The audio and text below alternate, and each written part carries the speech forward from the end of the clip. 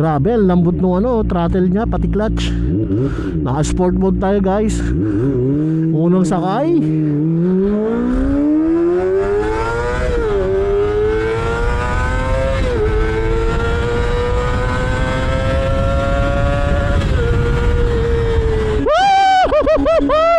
Napakabilis guys. Ayos na ayos din pala to. Kaso mauubos na yung gas natin.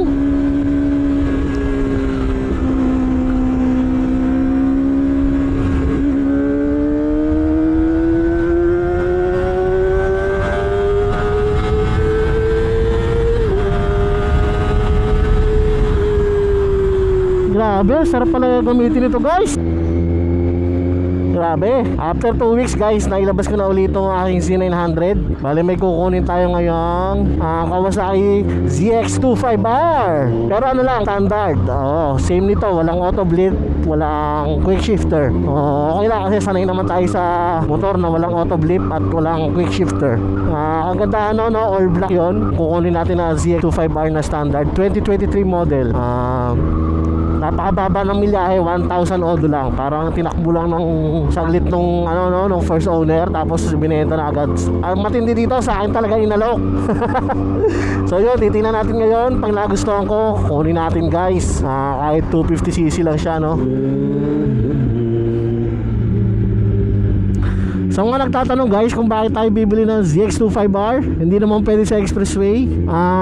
Maganda kasi yan ang dream bike natin sa 250cc category. Kung meron kang Bandit 250 pa na nauso dati, yung Bandit 250 na inline 4, bibili tayo noon. Kaso hindi na-update yun na phase out na. Yun ang mother of all 250cc dati, yung na inline 4 Bandit 250. Naked siya, tapos 250cc screamer talaga. So nakakatuwa lang kasi naglabas ang Kawasaki nitong 250cc na inline 4 2 years ago.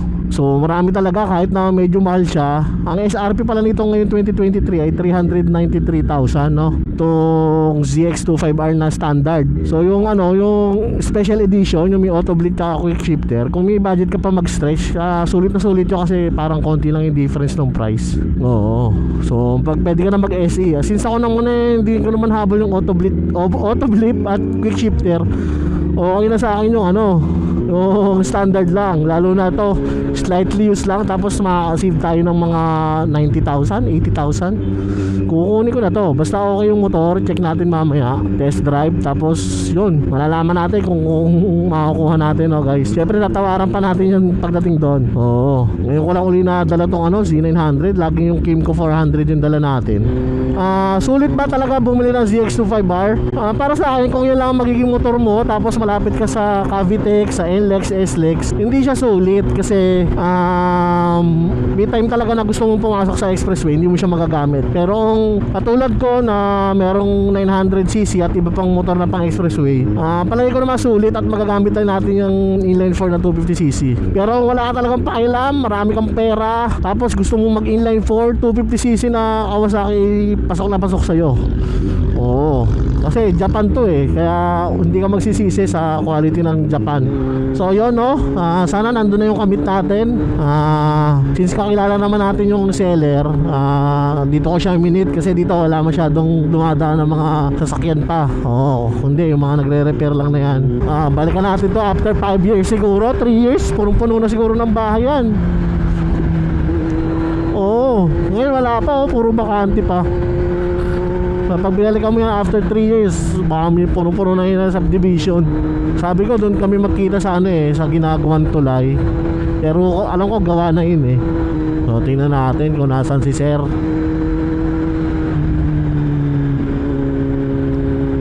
Ayun, nakatanaw ko na ang ZX25R guys.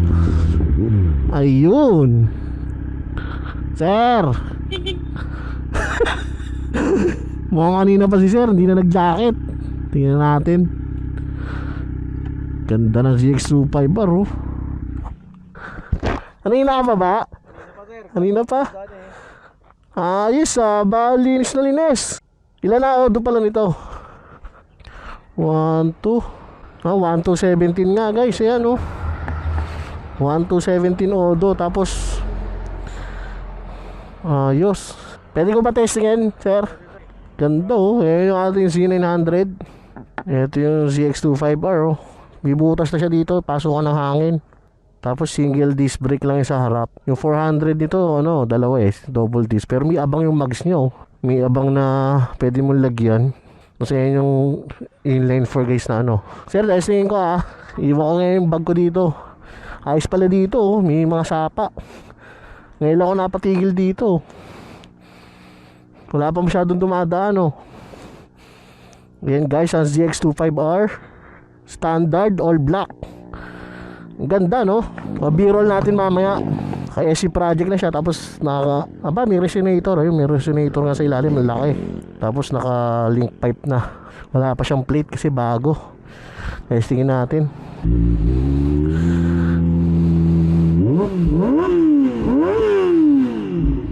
Ayos sir, ikot muna ako. Grabe, lambot nung ano, throttle niya, pati clutch.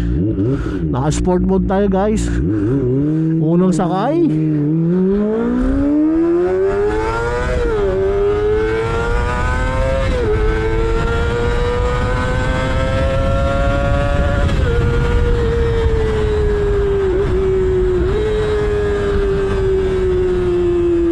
Grabe guys, nag-misship ako doon. Nag-misship ako doon. Ang ano pala niya, ang haba na RPM, pero masasanay ka rin pala siya kanya. Oo, ikot tayo dito. Dead end na yan, ang lumang kalsada. Ikot tayo dito. Nako, kaso may ano doon eh, may...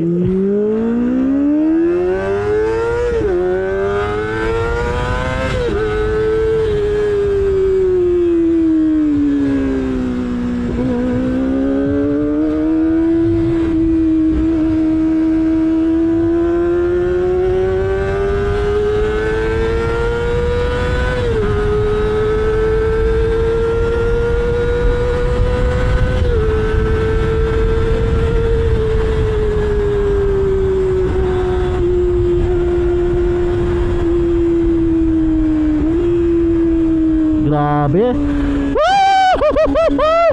Napakabilis guys. Ayos na ayos din pala to. Kaso mauubos na yung gas natin.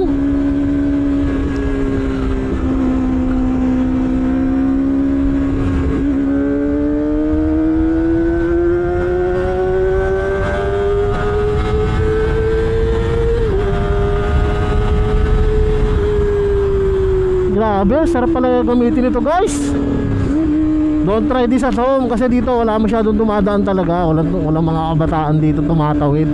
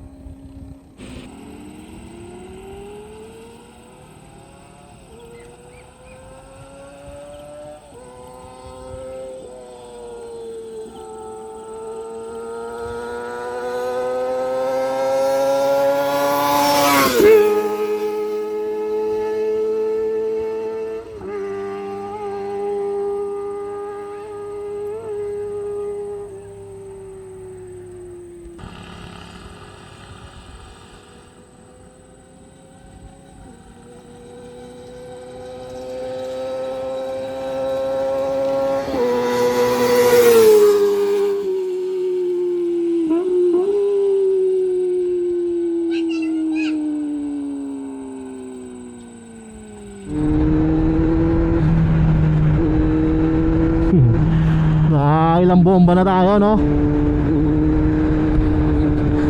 Siyempre guys, ginawa ko na kunwari binili natin. Hindi ko kasi na-videohan talaga hindi ko talaga na-videohan yung binili namin ng ZX25R kasi yung nag-uulan last week. Yun kinuha namin yan doon sa tropa ko kasi wala silang garahe, no? So, nangihinayang naman ako sa ZX25R. Binili ko na kahit di ko naman kailangan. So pinsan ko talaga yung kunwari kong kadil kanina. So ayan, pinsan ko talaga yan. So ganda na tulog ng ZX25R guys. Di ba? Naloko ko ba kayo? So nilinis talaga namin yan. Tapos nilinis yung kadena. Kaya may white lithium grease na. Kung napansin nyo sa video, puti na yung kadena. Kasi gamit natin doon yung 3M ba yun? Or WD-40 na white lithium grease. Hindi siya 3M pala, WD-40. So ito yung pinsan ko. Bali sarado kasi yung bahay nila. Hindi niya nakuha yung full face helmet niya, yung jacket, tsaka yung mga riding gears. So nanghiram na lang ng pants sa isa ko pang pinsan, tsaka helmet. Kaya half face ang dala niya ngayon eh. Kaya takbong pogi lang talaga yan. Hindi siya umahapit. So yan, napakaganda ng ZX25R. Grabe guys. Ayan diba?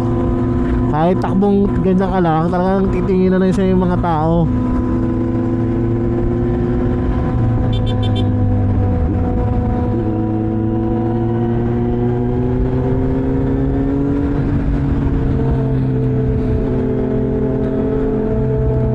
Grabe nga, diba? Ito kasi last week pa na sa akin.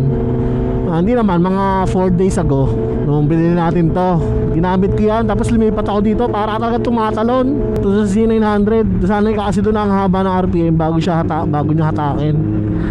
Dito konting piga mo sa Z900 talaga ibibigay sa'yo. Tapos eskwelahan, kaya kami mabagal ng takbo kasi school to. May pasok pa yung mga kabataan. Kaya pagdadaan kayo sa mga ganyan, simbahan, eskwelahan, mabagalan nyo lang. Lalo na ganito yung muffler natin. Iba uwi na pero iba dyan may klase pa. So yun, diretso natin yung video dito guys.